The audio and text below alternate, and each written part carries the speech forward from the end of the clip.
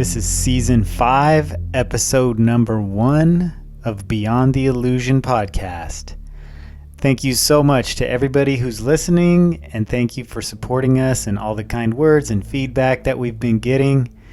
We have a whole bunch of really interesting people lined up for this season already. We come out of the gate with somebody you're familiar with. The astrologers, Shannon and Russ, will be talking to us about something other than astrology for once. They're actually going to be talking to us about twin flames, which is the topic of this episode. I'm going to be honest with you, I wasn't really that familiar with the topic of twin flames until we recorded this episode. And I guess I was a little bit, because I had heard Tianna describe her experience with her twin flame, and she's going to tell us more about that. But before we start the episode, I'm going to play back a recording that Tianna made, which gives a very good description of what twin flames are. Is it twin flame? I'm a twin flame, or are you twin flames? See, I don't even know. Anyway, let's go to that recording from Tianna now. Thank you.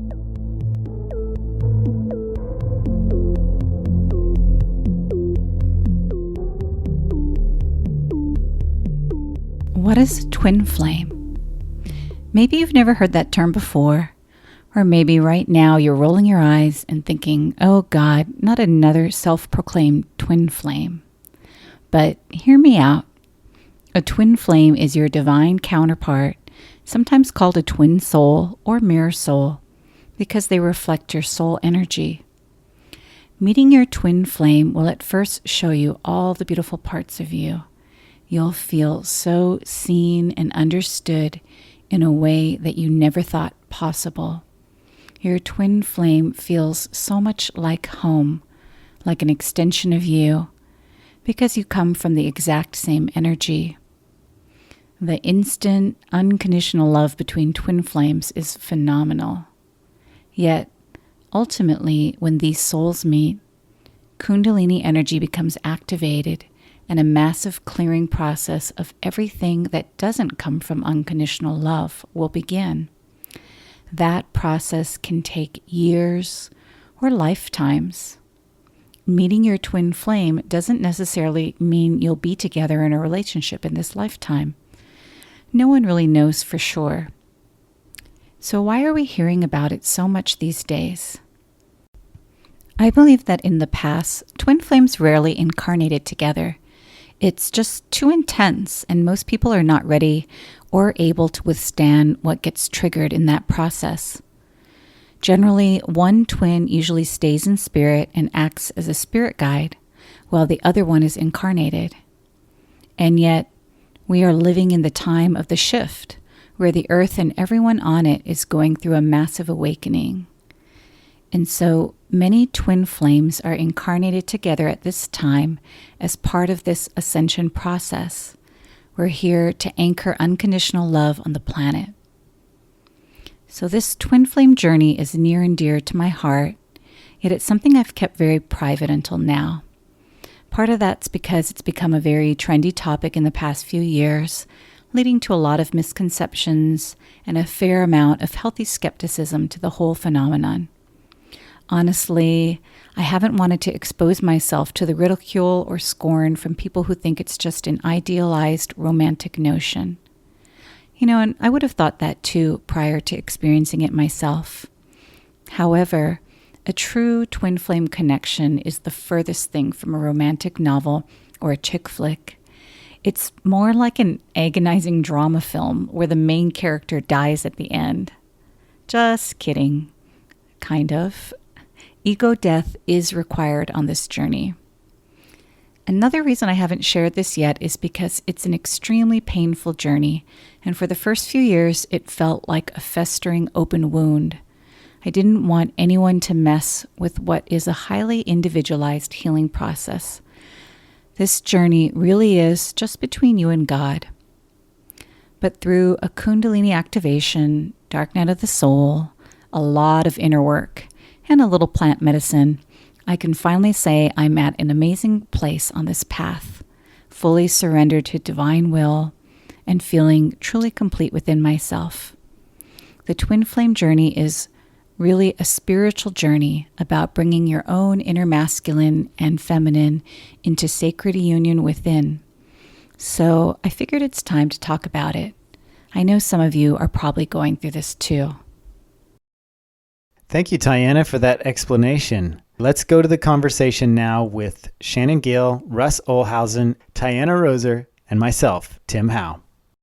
So this is a topic that I've been thinking about for a long time, really wanting to cover on our podcast, but also because it's very personal to me. I was kind of waiting until I felt ready, whether or not I always joke about coming out of my spiritual closet, that I keep thinking I'm out, and then I'm like, oh, my ankle's still in. Oh, I still have my big toe or whatever. And so I think this is just like another step of that, talking about being a twin flame.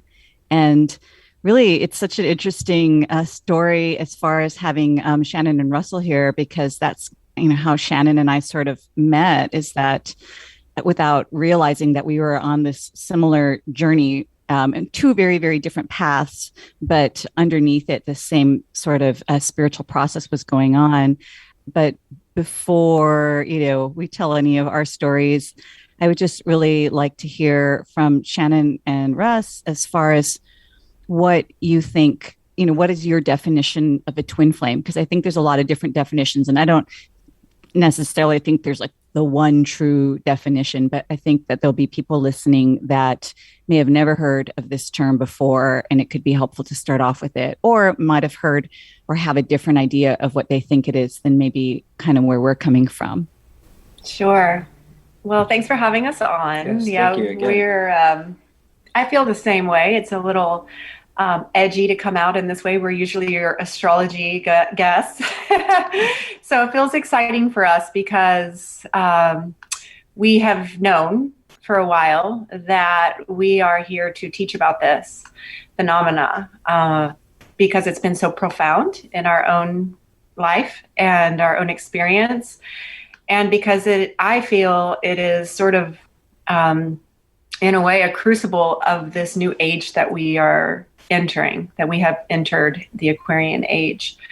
So my understanding of the definition of twin flame, and it's fascinating because before Russell and I encountered each other again in this life, I had heard of it. I didn't know if I believed in it. Sounded quite, I don't know, out there in some ways. And I was married, when Russell came into my world. So this was an initiation into this dynamic through firsthand experience. So through the experience that we had, and through my own research, my understanding of the definition of a twin flame is that it's a contract that a soul has taken on to incarnate, to be on a mission to assist in the elevation of the consciousness of the planet. And part of the contract is that there is a separation, a splitting off of the soul into two parts. And so if any of the listeners have heard us talk before, we talk a lot about coming out of this age of Pisces and into this age of Aquarius. We're coming out of the Pisces age where the predominant paradigm was that of duality, right? Separation, or the illusion of separation. And so the phenomena of the twin flame is that there's a contract of a separation into the two, to journey into separation over time, to do each half's own particular evolutionary work, which has to do with, the integration of duality within and the ascension process in that phase of separation. But the ultimate is then to come back into union with the other half, which the fusion or the alchemical product of that return creates a vortex of energy, or a toroidal field that actually is an accelerating force of the energetic field surrounding the unified twins. So it's not about the relationship necessarily. It's not a romantic love. And there's many types of soulmates that are very powerful and important and long lasting and whatnot. But the purpose of the twin flame unification is that alchemical product that happens that then is spearheading the raising of the vibration in the field surrounding the two. So if we think about us going back now, emerging out of the Pisces age of duality, right? The fish swimming in opposite directions and emerging into this new Aquarian age where the direction that we're heading is back towards the unification or the Purusha, the one mind, the one unified consciousness. Then it makes so much sense that if we're living this experience of multiplicity on the planet as all these separate fractals of the one soul, that after we work on our unification within ourselves, that the next level is to do that in partnership with another person. And so there is this directionality that the unification of the twins coming back into union can lead the way. We're basically leaders in this ascension process, and it is very much energetic and alchemical in that it's actually has nothing to do with the dynamic of the relationship itself. It actually has this alchemical component to it that is on the quantum physics level. So that's my understanding. Russell can maybe speak to the quantum. Well, yes, I can speak to that, but I thought I would first relay my own journey into understanding this phenomena of twin flames. And I started out sort of in a stoic position of that you didn't need a partner of any kind to go through this life. That was sort of something that I had been programmed to believe that we're so independent, we don't need another. But through my processes, I began to understand that there are soulmates. We all come together with soul contracts. We're all not here just independent. We're all working together in some sort of interdependent mechanism. But within this, we all play parts like components in a spiritual divine machine. And moving into beyond just the understanding of the soulmate, but then into the importance of that twin flame. In some people's lives, their path will include this next step of the unifying twin flame, in which it's happening more and more on the planet. And we're beginning to identify it in so many different ways that it can be physical, it can be astral, it can align. For some people, it'll align not just in a singular way. It may align with more than one. But eventually it does align, I believe, in its purest form. I believe in one-on-one partnership of some kind. And this is what I've been pondering and calculating more recently as the mathematics of monogamy. It's like there's a push towards polyamory, and that's a good thing for some people to experience. But the twin flame experience in its purity will come down to two entities that are extremely well matched and identifying and reflecting each other. And that's what Shannon and I have been working on in our process the last several years. So I've gone full circle to seeing one way of being, that yes, we do have to develop ourselves independently, but that through these alchemical processes, there is a unifying of individual souls and spirits, and you can call them contracts through time, backwards and forwards through time. It doesn't really matter because it's all quantum entangled outside of this dimension. And that's something that we'll hopefully talk a little bit more about. But this mechanism pulling us together, pushing us together to create this larger collective network mechanism. It's part of the process. So wherever we are in our part of the process is always perfect. And I think more and more this the fact that we're coming into the alignment with the twin flame and being able to speak more accurately about its function, I think that's really what the next level of language we need to take this to.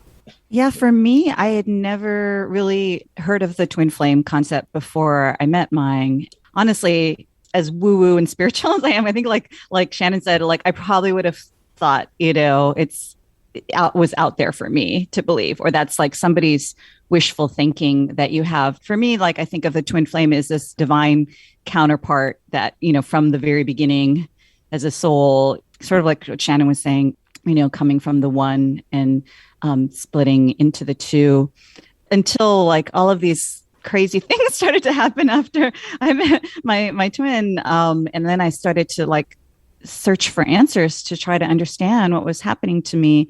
I hadn't come across the term. And then when I came across it through, like a Google search, and all people were explaining or sharing things that were common amongst in the twin flame experience, I was like, check, check, check. Oh my gosh. Oh, I'm not the only one experiencing all of this. Okay. And then, yeah, I just remember this conversation with Shannon and I, where we had went out to an event, and then, we were just kind of like walking, and I don't know, it somehow kind of came out. And then I felt like, oh my gosh, I can't tell her this. Yeah, she's going to think I'm crazy. I can't. And then I can't believe I'm telling her this.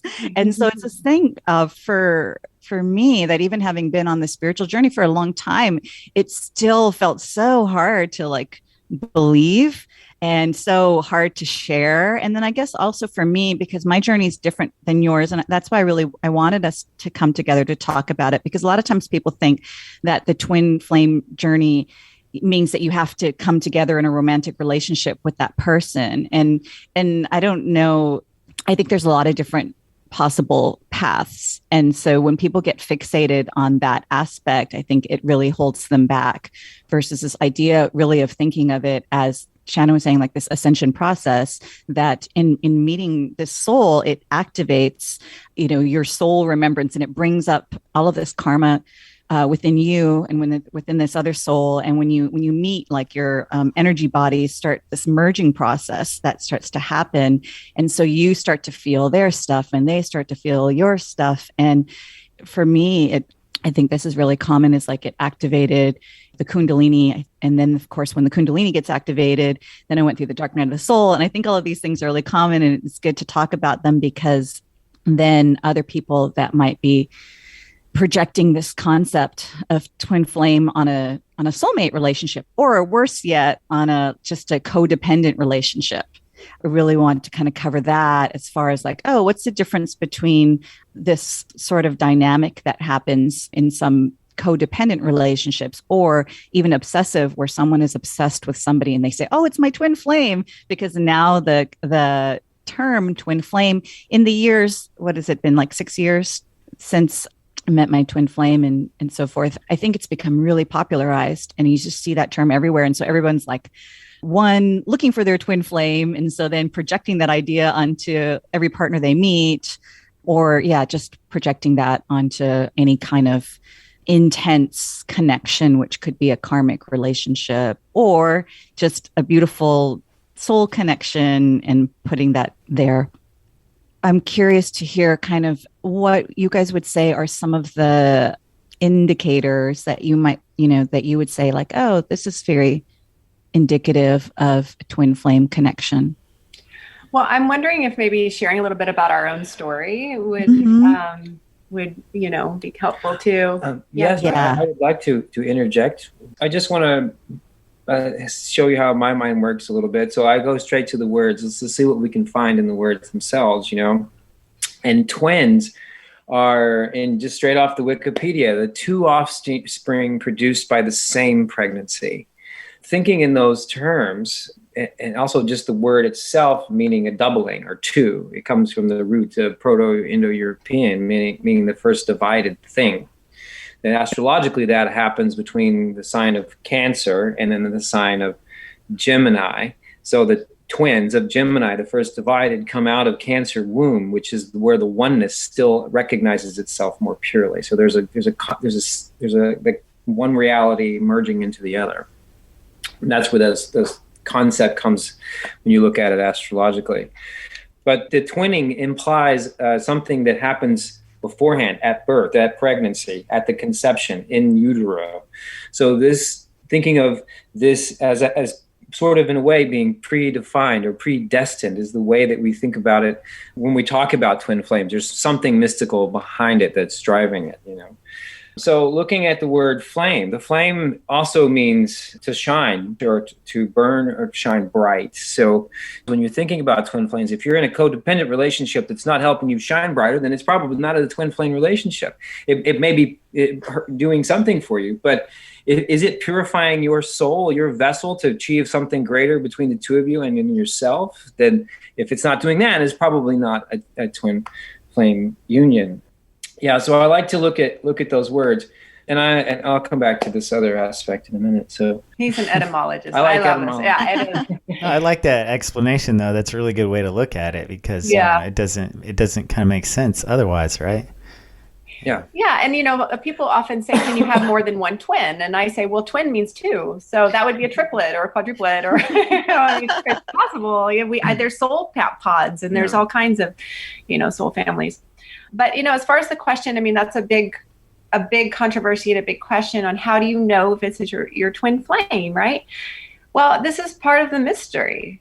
And the way that we know is because our story is very mythical. I mean, we have a mythical kind of love. And I do feel that our particular story is, quite phenomenal in some ways, and that there's other twins that it doesn't mean it's any less special or significant, but it's maybe not as pronounced in some ways.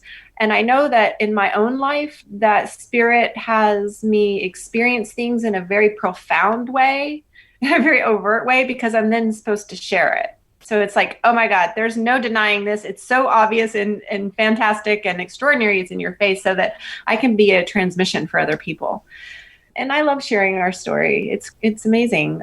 And we'll try to kind of condense it down, but it is part of our teaching. So basically, the way that I think that it began, of course, from the beginning of time. However, there were players in the field that we had contracts with. And I was living in Boulder, Colorado. Russell was here. I was married. I had 2 children. I remember in around 2014 starting to have this other level of spiritual sparking going on.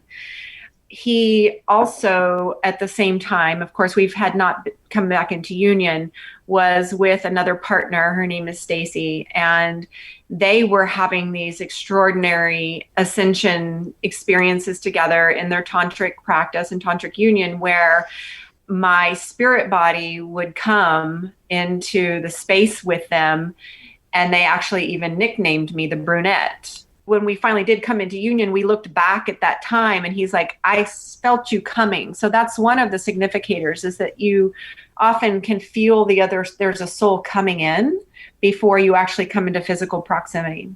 So fast forward a little bit, that year, and my little brother passed away, my brother John, at age 33. It was very tragic.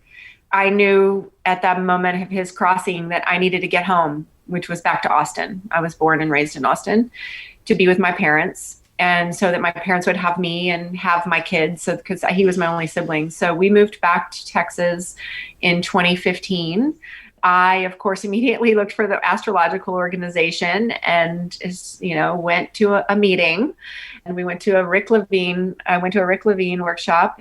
And Russell was in the kitchen. We always joke about this first encounter. I don't think we can share all of it, but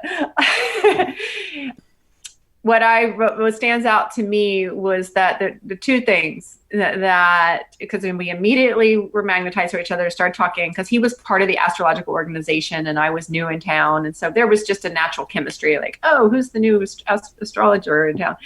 But I remember distinctly 2 things: that I could not look him in the eyes, and I don't know why. And I didn't really remember that. He always refers to that I kept having to look down, like look at the floor, which is not like me. I'm pretty comfortable in my skin. She didn't necessarily want to see the future staring her right in her face and all that it meant that it had to happen to get that. Yeah. So there was something happening that was starting to short circuit my system a little bit. And then I remember whenever I left that day from the meeting and I got in my car, I had only been back in Austin for a short time, and I texted one of my best friends and I said, I just know that this is exactly where I'm supposed to be. There was this astrologer man there, and there's something about the tone of his voice that made me relax into my nervous system that this was the right decision to move home. So Russell's voice, like the resonance in his voice, was also sparking something inside of me. Now, of course, in that moment, I had no idea what was going on. Fast forward a few months, of course, the next morning he's reaching out to me and texting me. There was like a connection there. And I was the good, married wife. And so I was like, oh, this is nice. A colleague, it's just great to make professional connections or whatever. Then that next summer. Yeah. We just had an initial connection and chatted briefly about astrology. And then we didn't speak again. I had a partner. So there's another part of this, is that I had a partner who was having difficulty being on the planet as well at the time. And this is who she had been coming through. And there was this obvious soul contract to open my heart so I could receive what was about to come. And so within this same 6-month time frame, Shannon and I only spoke briefly for a week or so. And then just before my partner passed, Shannon said hello again. And then my partner died that week. I took a moment of very wide open heart space that was required for me to be in that process. I decided to finally get out in the world after about kind of 6 weeks of getting past a lot of grief over that. And then I went to an astrological meeting, and there was Shannon again, and we sat and chatted, and then we compared notes about her brother's passing and my partner's recent passing. And so it was obvious there was something happening that we needed to talk about this in the grieving process. So we began to speak about that. All these crossings in the process of these other souls being a part of this started to become apparent. Like, oh, there's something happening here that's beyond our own soul path to bring this path to us and then this person to us and link all these things up. It's a part of the great mystery, and I can see it. It's there, and that's where I have to be. I began to understand that. Yeah. So that next meeting where I saw him again, and this time I sat next to him at a table at a restaurant. And I remember very distinctly hearing him he was talking about how important ritual was and ceremony, and he was building a retreat center. And I was listening to him and looking at him going, this sounds like it's my own voice coming. Like it was like he was speaking my truth. Like it could have been me saying the exact same thing. And from that point on, we started texting. And once we started turning towards each other to actually connect, we have probably, I don't know how many thousands of texts. 60,000, I think I counted. We started texting talking all day, every day for months. And then everything started, like the universe just started exploding. Yeah. And everything started happening very, very fast. It didn't matter that she was married. Well, this was just happening. So we had a problem. It's like the universe says, quit thinking you're in control here, yes, and you have to let go, let the process happen. But let me just say, this was a very intense part of the process for me, because I was a faithful wife. Like I had children. I wasn't in an unhappy marriage necessarily. It wasn't a perfect marriage, but I wasn't looking for a way out. And I was a faithful woman. This was something bigger than me happening. Yeah, I just want to say that that's really common with twin flames, that at least one of them might be married, or there's always these big things that make it seem like it's taboo or impossible for these two souls to come together. And, the idea spiritually is about how this undeniable, unconditional love that exists between these souls is beyond all of these societal concepts and ideas of the conditional love and contracts that we create here. Yeah, exactly. I mean, like I said in the beginning, this isn't about the relationship. Now, I tried to explain that to my husband. He didn't completely understand it.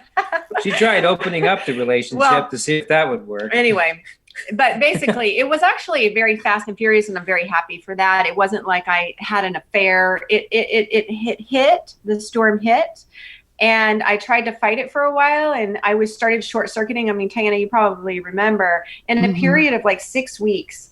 First of all, I started losing consciousness. I started fainting because it was like the how fast and rapid things were changing for me on a soul level to line me up with this. The contract was too fast and short-circuiting my nervous system and my 3D self. Like my conscious self couldn't keep up. And also within this period of 6 weeks or 2 months, I was getting all these, like every other day, shamanic signs like snakes and owls. And I had a dead frog in my purse one day. I had a turtle explode next to my car. And all those, of course, in shamanism are just, signs of death and rebirth. This is a time of change, right? And I remember the day that I drove out to Lotus Bend, which is the retreat center that he was building, and I was still, trying to convince myself that he was just a colleague friend or whatever. I looked out the window at the retreat center into the woods. Well, it felt like a memory. It felt like, one of those collapsed moments in time where you remember the future. So I started to experience multidimensionality like really quickly. And I also was telling him, I cannot see you. I cannot be around you alone. In a group is fine, because I was trying to preserve my marriage. I was trying to do what I thought was the right thing. Well, my kundalini woke up like before we even came into contact physically. And then this whole other level of experience started happening. That was also part of me losing consciousness. And that's another sign that our energy so basically you share a chakra system with your twin.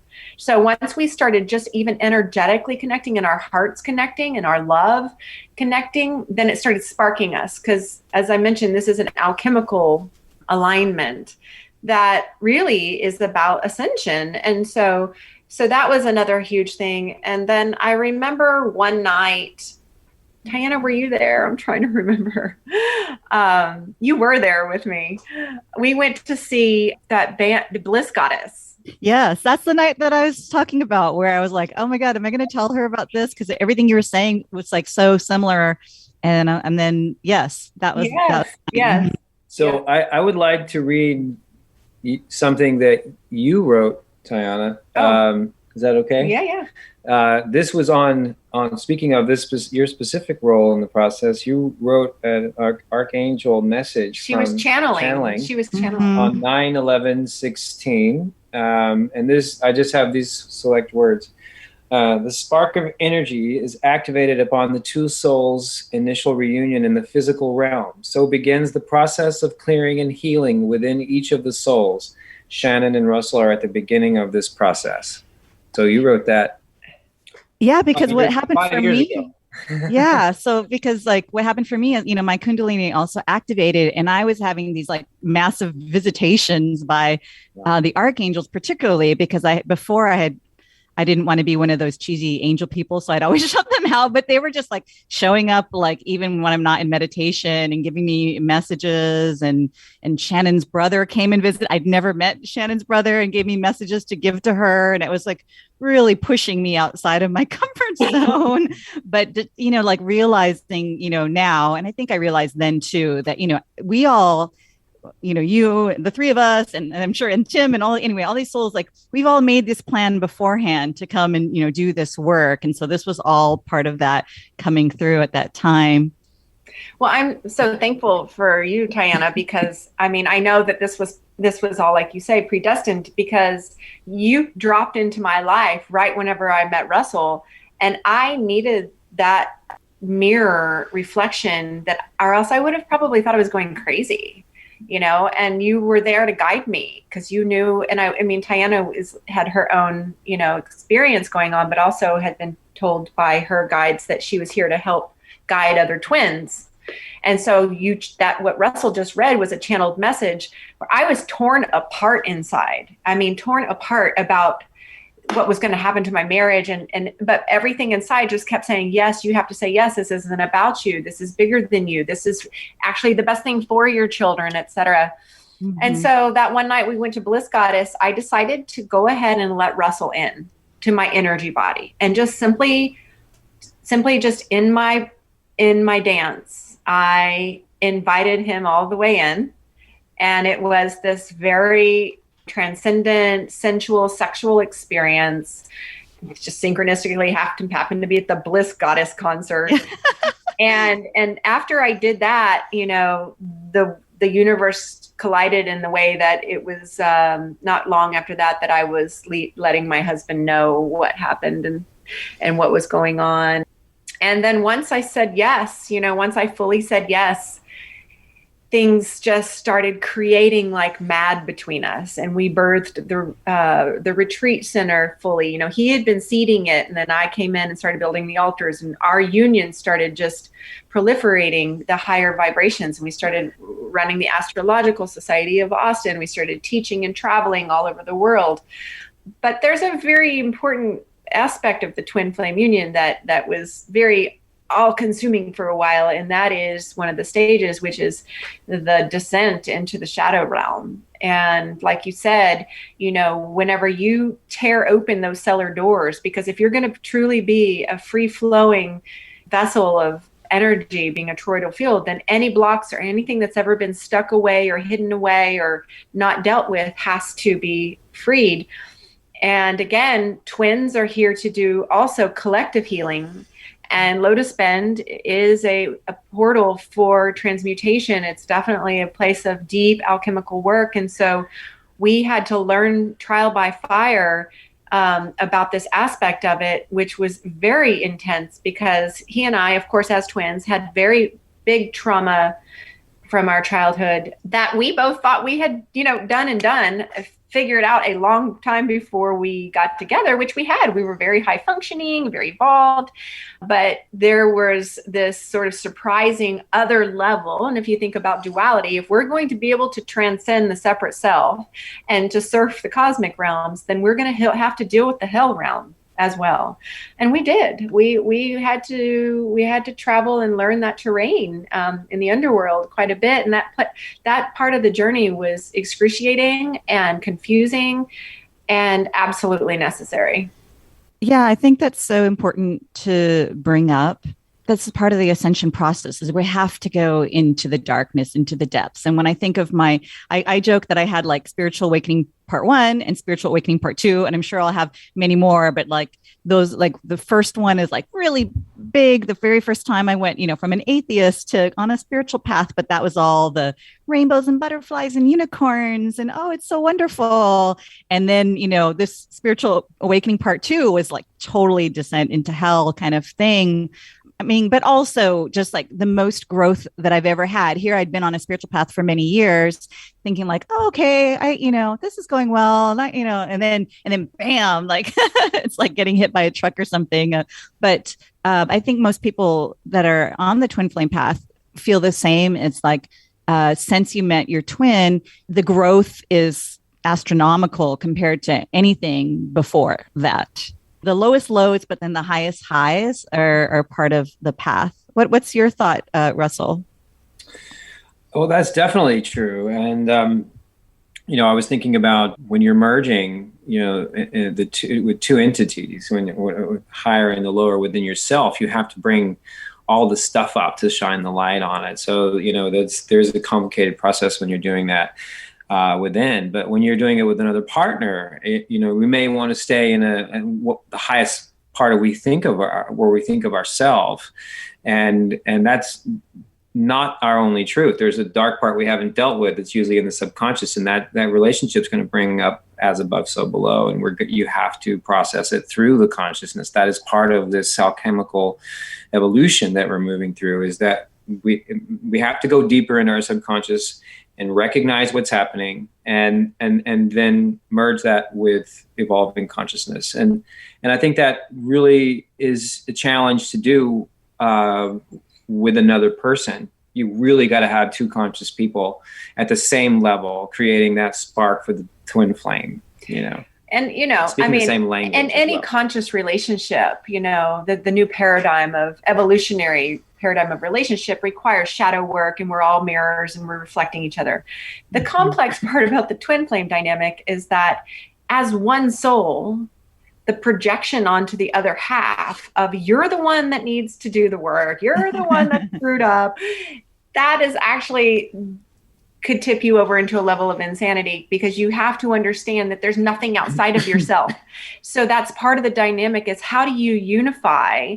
How do you do the shadow work while recognizing that it's not the other person, that it's actually they're reflecting something. So for example, if you feel like something that would come up for me is that, if we were fighting or arguing, why is he treating me this way? Well, what I learned over years was, in what ways am I not treating myself with the self-love and the self-nurturing and the mothering and the compassion? And so if that was lacking in me, then he would for certain show it to me on the outside. So there's this other level of complexity within the shadow work of the twin that's a little bit different than just another style of relationship. Yeah, everything is so intensified. And I think in the beginning stages, you become so focused on this other soul. The way that we make the shift from, just being in that dark and feeling powerless in the whole dynamic, it keeps coming back to like, okay, regardless of what they're doing, what do I need to learn here? What kind of work do I need to do? Keep bringing our attention back. But the pull is so strong to focus on them. And you have to keep pulling the focus and attention back within yourself. And, like, okay, what can I do here as far as how can I heal myself? What do I need to learn? And that's where I see so many people stuck. Is it just like, oh, but they did this and they're doing that. And, they keep separating it instead of bringing it back to themselves. Well, I'm going to interject real fast here, and I'm going to tell you how I do it. I get out of the side of the human story for a minute, and I see what's happening beyond that, what's happening in the cosmic story, where the planet's doing. I look down and I see what's happening on the quantum mechanical realm. What is affecting all these other levels, not just the human story that's creating these dynamics right now.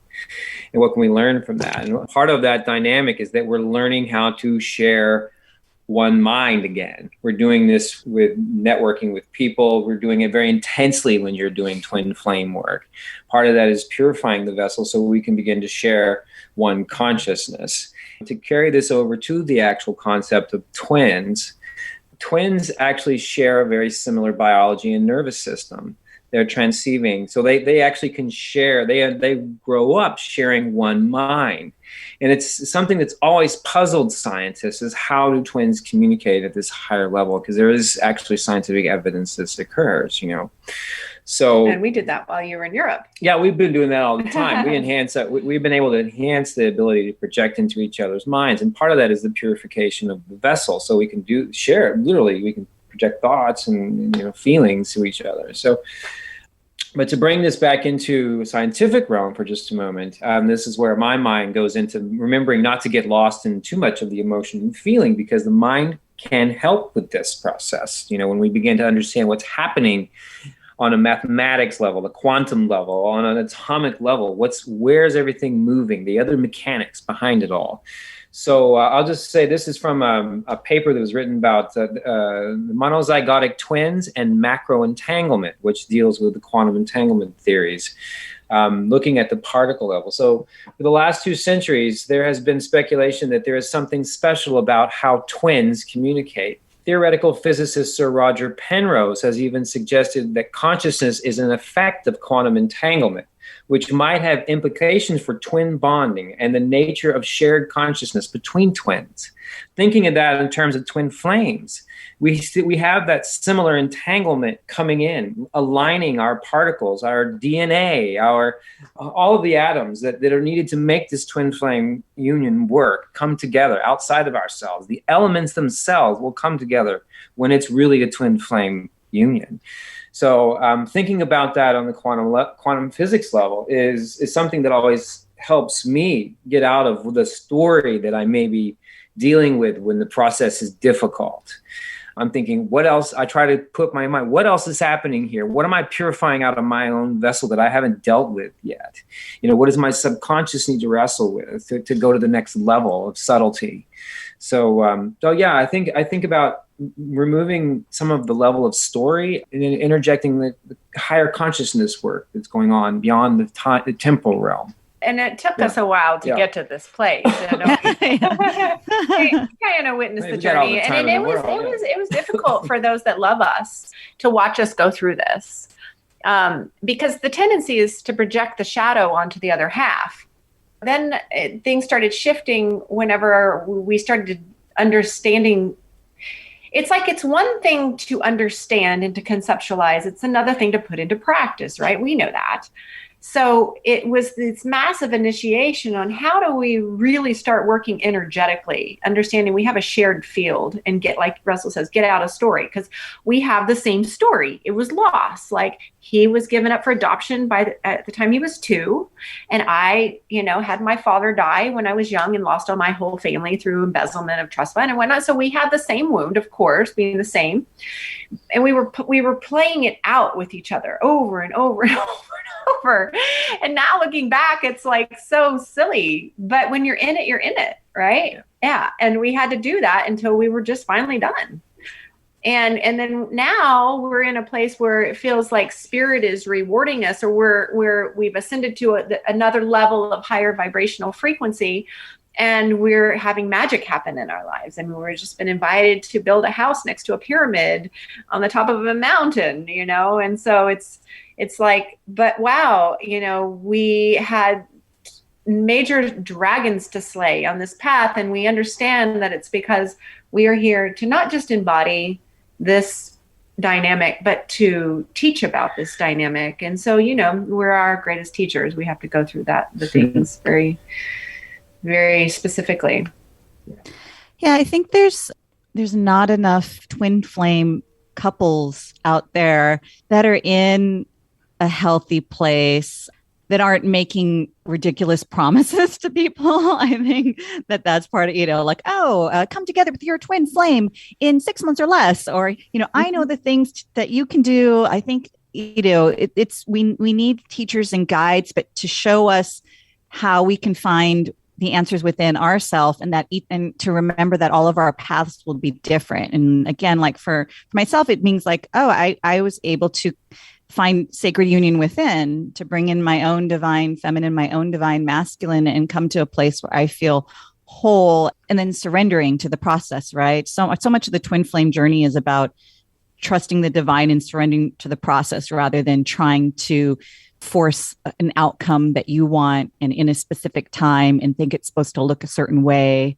But I think we need, more of these teachers. And I guess that's why I'm even coming out and speaking out about it, because what people would think from their idea of twin flame is that the outcome has to be that you come together in physical body union with this person.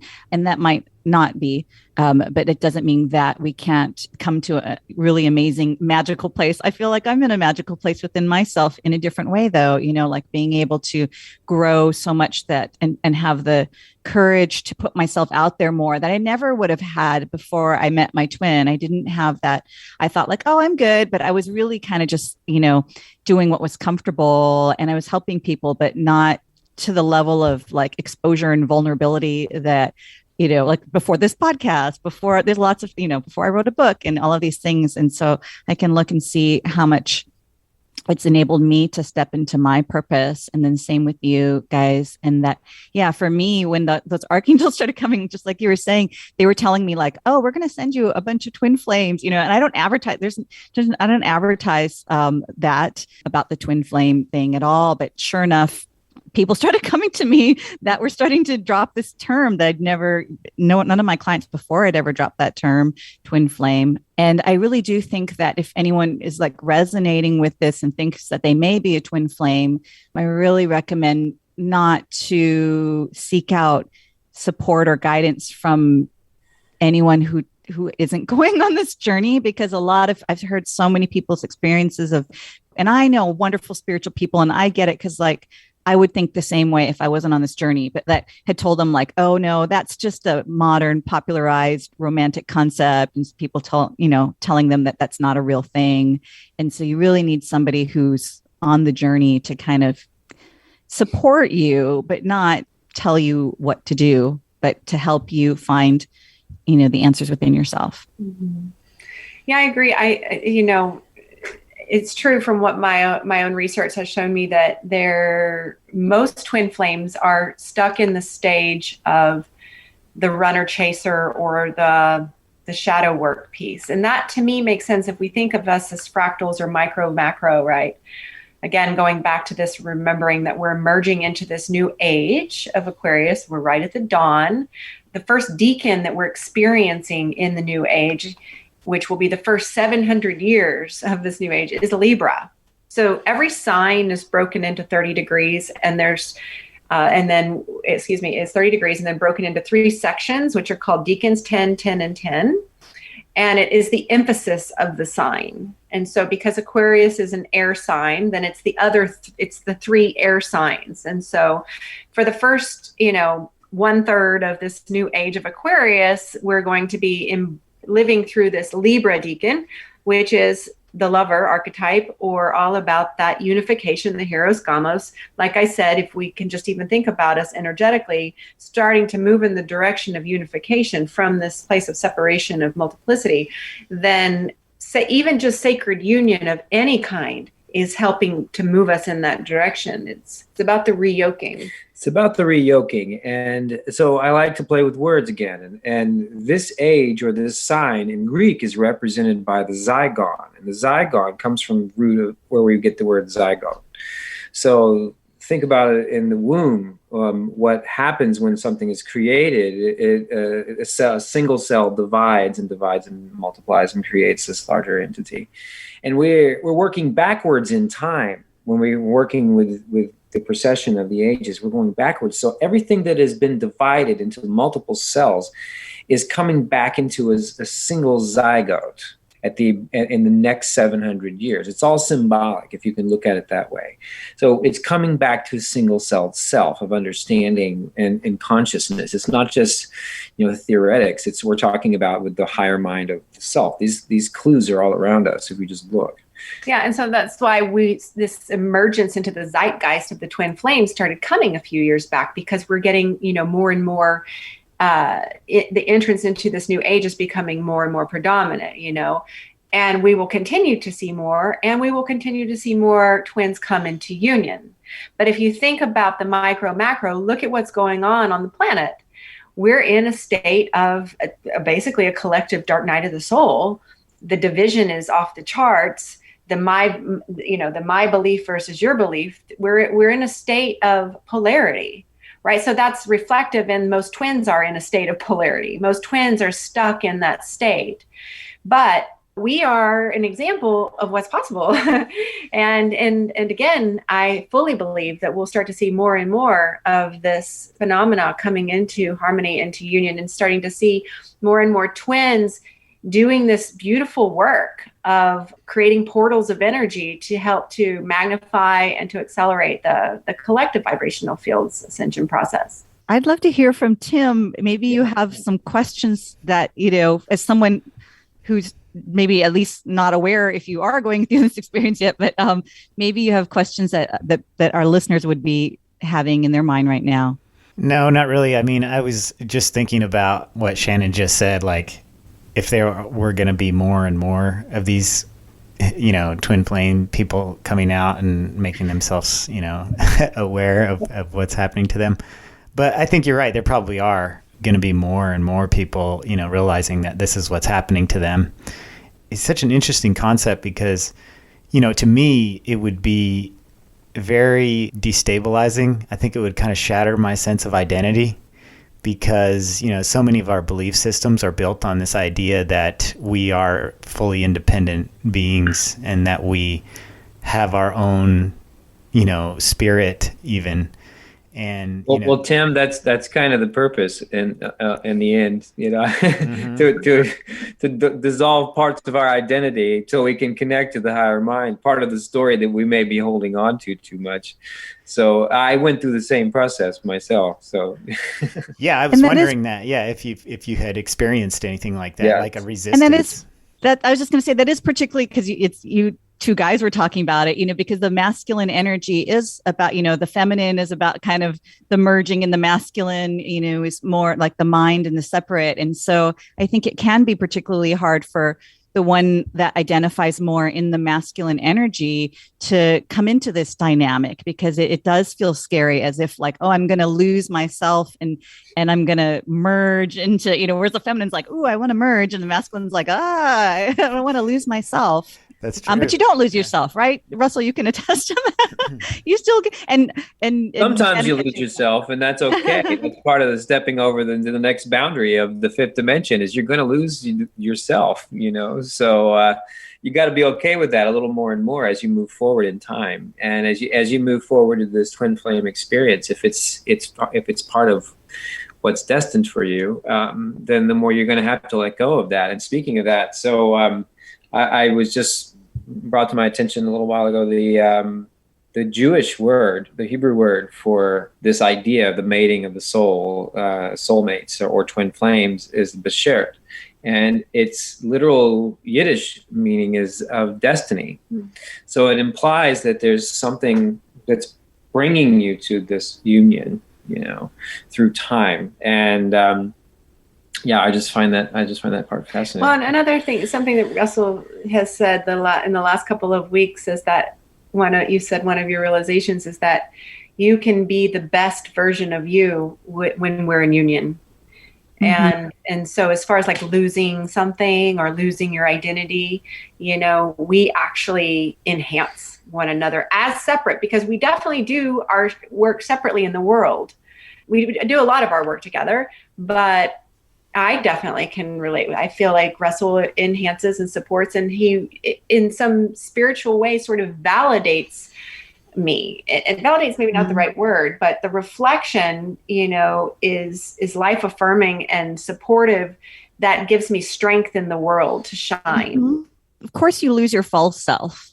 But yeah, I really resonate with the way that you're describing that, Shannon, because that's how I feel too. And I think that when I met my twin, I realized like I never had felt so seen before. Just even in that presence, it didn't even have to be spoken. It was spoken in a way, but like there's just this energy where you feel so seen, and so you could say validated, but like, oh, in your whole beingness, the way that you never felt another human just gets you with beyond words, right? And it's just I mean, and to take that to another level, whenever I say so seen, I feel myself as the universe in this union. So I see through the eyes of God, through Russell. Like when we are in our higher spaces, when we go into our temple space and our practice space, we see through time. We see the past, we see the future, we basically transcend our ego self, our separate self, our Shannon and Russell self, and we are able to channel and connect to the highest mind, which gives us guidance that we then share in our work. And it's very, very special. It's very sacred, and it's something to be protected. And again, this may not be the path for all twins. We feel extremely grateful and also responsible. This is something that has always come through me, is that this is a responsibility to have this level of union, which gives you connection, which taps into these universal forces that are abundant, ever flowing, ultimate creativity.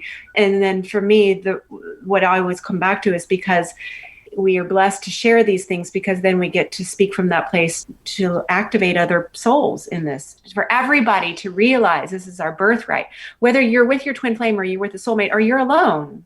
These are frequencies that are available to all of us that we've gotten a very concentrated contact with, that has been absolutely extraordinary, beyond words, actually.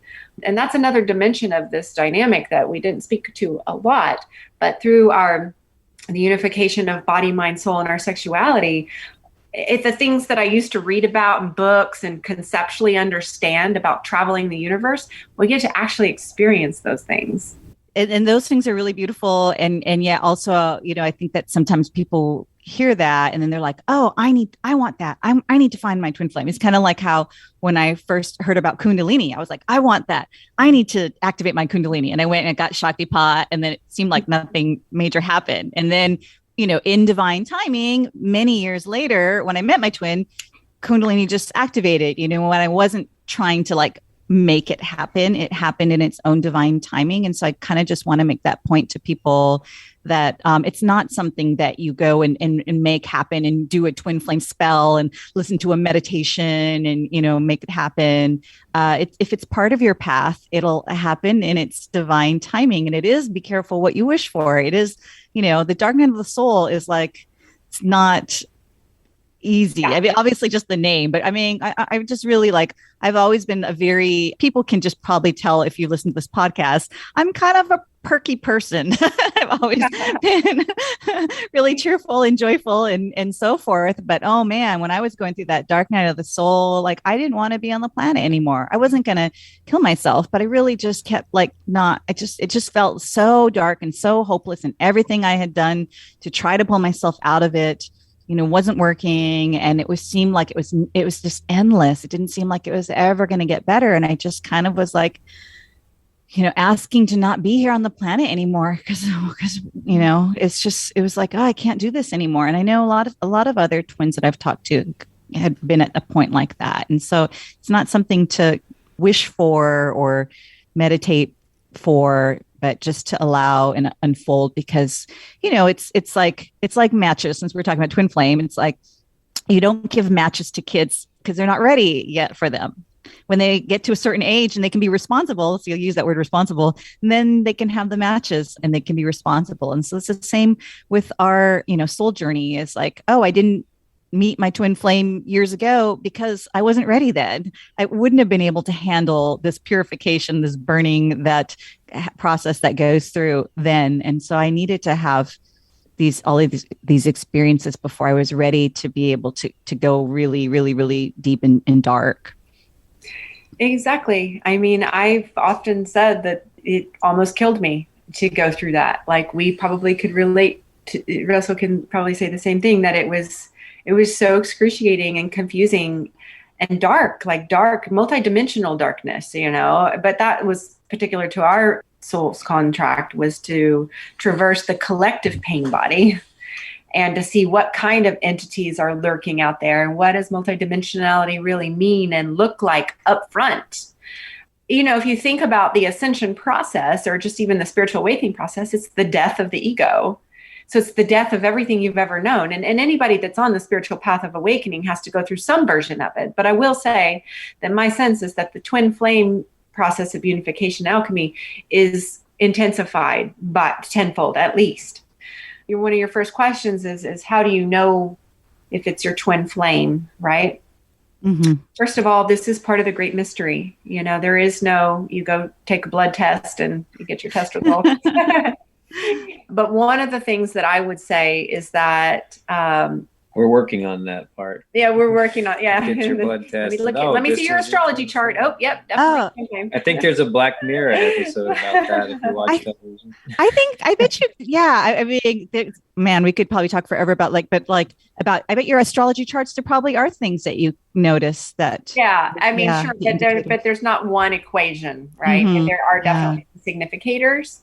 But I think that the crazy making part, the excruciating pain, and the obsessive, I can't get out of this. My friends that have known me my whole life were thinking, what is wrong with her? And it looks like it's the other person. Mm-hmm. Well, that is definitely an unhealthy relationship. What is she doing? Mm-hmm. But no, it was this burning, I like the way you said, this burning off. It's this burning off of everything that you ever attributed to who you were and your version of reality and anything that gave you security that was outside of yourself. Yeah. It's like a psychotic break in a way. You kind of go there and then to find your way out of it. Because if you look at, the state of the collective psyche right now on the planet, it's very, very complex and unstable and dissociative. We could go on and on and on. And so if we know that we're here to purify, that twin unification process is here to purify the collective, then we understand why it's like that. So that's one of the signs, is that if you think you're losing your mind and you're completely not yourself, and there's a lot of other signs, but this is one of them. And also if it doesn't go away, if it's not a twin flame, the relationship will just wither over time. It'll just, one person will go off and it'll just, life will go on, and you'll go through your grieving process, and you'll come back to yourself eventually. But you can't separate from your other half of your soul. And so there's something in that the process in itself is enduring whenever it's definitely your twin. And I think what you guys had said before, I can't remember which one of you said it, but and if you're not evolving from it, because some of those things, like, you could feel like you have a psychotic break and not be letting go, but you could just be obsessed with somebody, or be in a codependent relationship. But if it's evolving you, if it's healing you and growing you and expanding you in a certain way that you're a better version of yourself, even though you're in pain and so forth, but you have expanded your awareness, or you have tapped into higher degrees of love and compassion than you've ever felt before. Those are indicators as well. Yeah. And part of the journey, as we mentioned, there's phases to this twin flame process. Mm-hmm. One of them is letting go. You have to, if you're in the separation phase, everything in your being wants to hold on. Oh my God. I used to say it literally would feel like my limbs were being sawed off when we were in separation.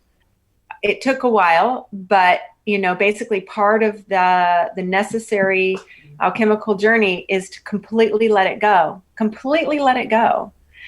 And in that process, it actually starts to shift the field back into union. So it's kind of counterintuitive in a way. Mm-hmm. I think that, like, for myself, so because we're here in 3D and, where we're at, it's like we came into this illusion of separation. Just all of us did, right? I'm this body, and you're separate from me.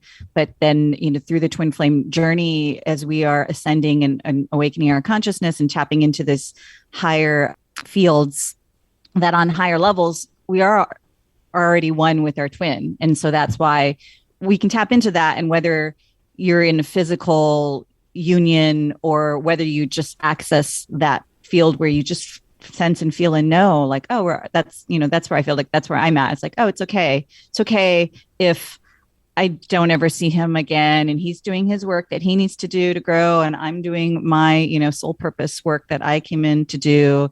But I can feel that union. I've done the work of, not that, my work is over, of course, like I'm going to continue to have to, heal and grow myself. But I mean, I can vibrate at the level where I know that we're already, one, and just feel that. So it doesn't feel like before it felt like I'm missing something. I'm missing someone. I'm missing something. But then as I stepped in more into my own divine masculine, and then I was like, oh, that is me. And I feel it and I'm in it right now. Yeah, I just wanted to make that point to people as far as like getting out of that separation stage that you're talking about is, that can happen outwardly, or it can happen inwardly, or it can happen both outwardly and inwardly. Yes, absolutely. Is there anything that you feel is not being said enough, or any misconceptions, other than things that we already touched on about twin flames or the twin flame journey that you want to express? Because ever since it's become really popularized and, the past few years, it's, when I see, I go on like Quora or Reddit, and there's these forums and so forth. And when I read, you can feel and know who's a real twin flame and who's not, just from the things they say. And, or some people go on there like, I'm a twin flame guide, and, come to me. And I read some of that. I'm like, oh man, that's really just pushing people the wrong direction. Totally. So I was just curious if, I think that you guys are wanting to work with twin flames more now. And maybe there's like a way that you want to put that work out that is different from the way that some of these other people are putting it out. Well, I don't see very many, and I will agree with you. There's so much propaganda out there. I feel like even maybe preying upon the dynamic of people that are suffering. I mean, there's some, very, very expensive programs that promise making big promises, right? Mm-hmm. And I'm guilty of buying some of them, and I've sorted through a lot of the material, and there's some good stuff out there that I definitely got. But one of the things, and Tianna, you and I have talked about this, is that I don't see very many twin flame experts teaching with their twin. It's like, it's usually a woman There's some men that are doing it by themselves, but it's like I would want to work with a couple that's in union, so I can see and feel, and with my own eyes and ears and heart, what it feels like to be in the space of another couple that's that's unified. Mm-hmm. I would almost say that sounds like the work we're starting with, the mathematics of monogamy, so looking at this from another perspective. But I was looking for that whenever I was, trying to learn about it. And you had told me about that one couple, and I did get quite a bit out of their work. The Twin Flame Healers. Yeah, I'll just give a shout out to them because they're so legit and I love them, and they're so humble. And there's these other, I won't say the ones that I don't like, but there are some out there that are super like salesy like that. And I don't like, or cultish even, and everyone who's listened to this podcast knows I was in a cult. So I can oh, right. Yeah. So you have the radar. Some of the behaviors of that. Yeah. But yeah, I will say, there needs to be more couples like the Twin Flame Healers. They're super legit. They're giving people the tools. They're not trying to say like, oh, you have to do all of my programs in order to, but they're like giving people tools to help themselves, not saying, oh, we're going to tell you. They're helping them find their own way. And so, yeah, I hope that you guys are planning to put something out there. I think that people need that. Yeah. So, on that note is that we're actually coming together to do this and to be able to give examples of how to speak this next level of higher language. And I think that's communicating, seeing that actually happen, how we can be with each other and use the energy together, sharing that one mind space. Yeah. I mean, I think that it's nice to experience it, but then I think Russell and I also have a unique skill set in that we're astrologers. Mm-hmm. And so a lot of the stage that most of the twins get stuck at is the shadow work piece, which while I'm not interested in doing a lot of therapeutic work with people, I can help unlock the patterns through the astrology readings of saying, this is part of your karma that you need to clear. This is your communication style. This is your wounds. It's like a puzzle, and help to pull those pieces together to help, give tools as far as what people are needing to work on in themselves that can maybe help accelerate the unification process.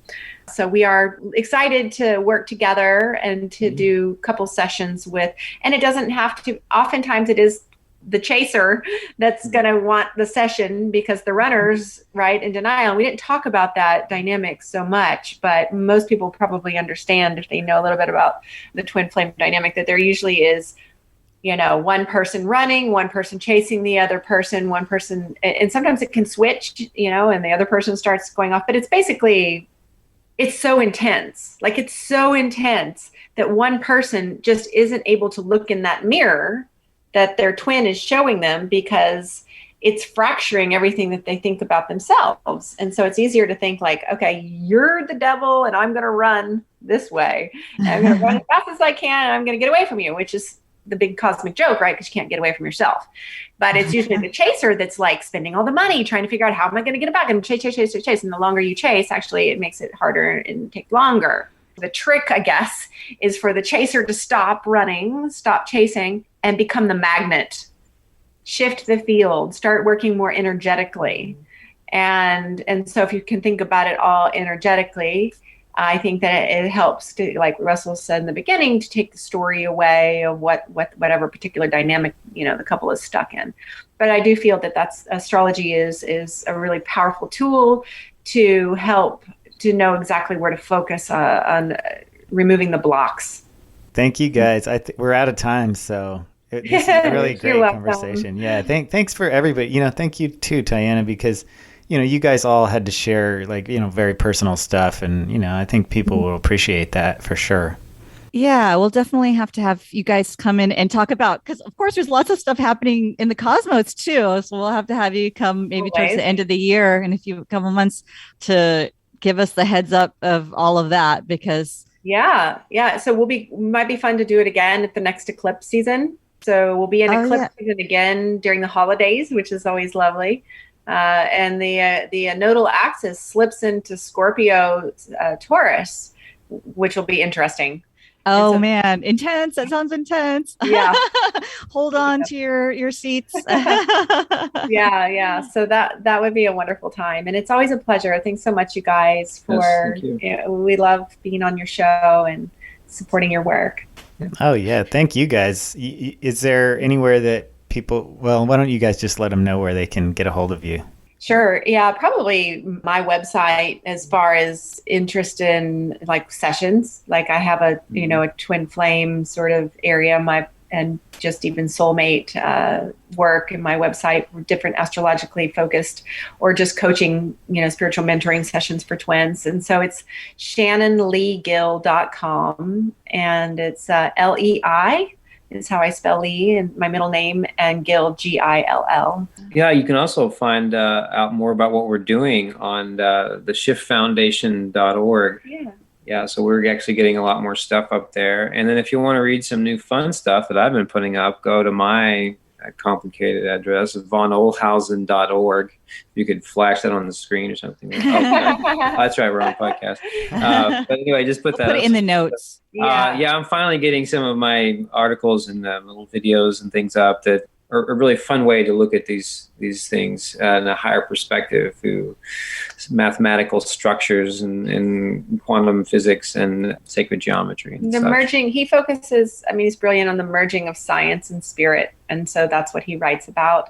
And then if you're local to the Austin area, we have just relocated from Lotus Bend Sanctuary out to Samadhi Retreat, which I mentioned earlier. There's an incredible pyramid that we'll be teaching out of and hosting dance ceremonies and teaching yoga. And you can find out about all of that stuff as well on the Shift.